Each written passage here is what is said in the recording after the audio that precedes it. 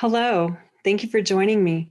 I'm Carla Martin. I'm a speech and language pathologist at New Mexico School for the Deaf. I'd like to take this opportunity to introduce myself to you and share some of the ways that I can start supporting you in your work with deaf and hard of hearing students. I've been an SLP for 13 years, and a year ago I started at NMSD where I have two positions. One is in providing speech and language services to students in the school-based program who use spoken English, and the other is as an SLP consultant with the Center for Education, Consultation, and Training Department, or CECT. Many people don't realize that in addition to a school-based program, NMSD is also a statewide services agency. Some of you may be familiar with any one of our educational consultants whose role is to support school-based education teams in working with deaf and hard of hearing students.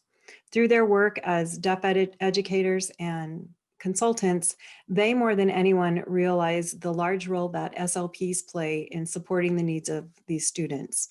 So when CECT got the opportunity to expand their program and grow their support, the next logical step was to add an SLP to the program.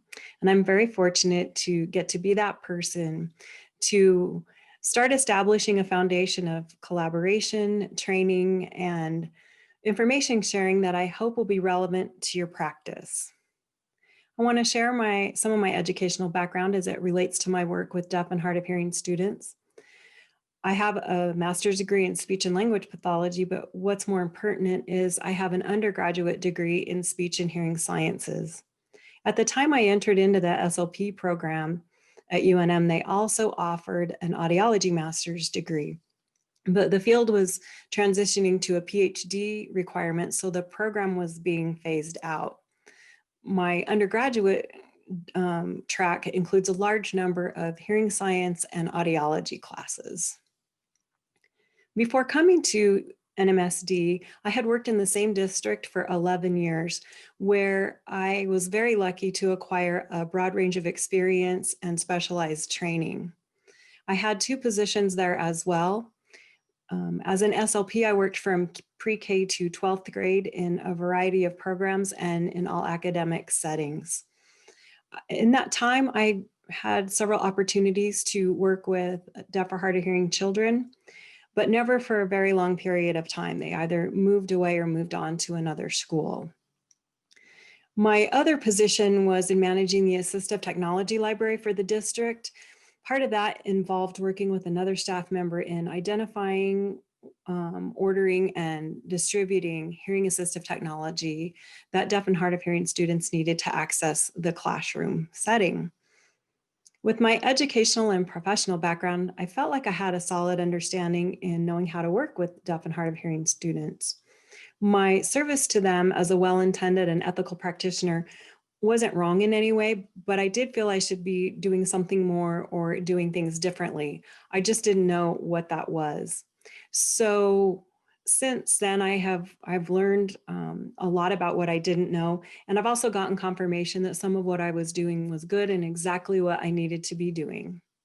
This year, I have the same caseload of students as last year, and I can already see the benefit of being able to work with these students over time.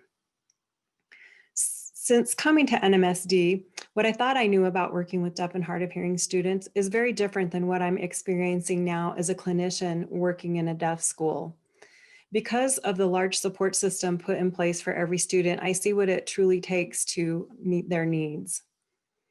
I'm also immersed in the deaf community and work with a large number of adults who are very supportive of me, a large number of deaf adults who are very supportive of me in this new journey that I am on. But with that being said, my role is very new and it is being developed one step at a time. And you all will help in guiding that by sharing with me your needs and how I can support you in your work.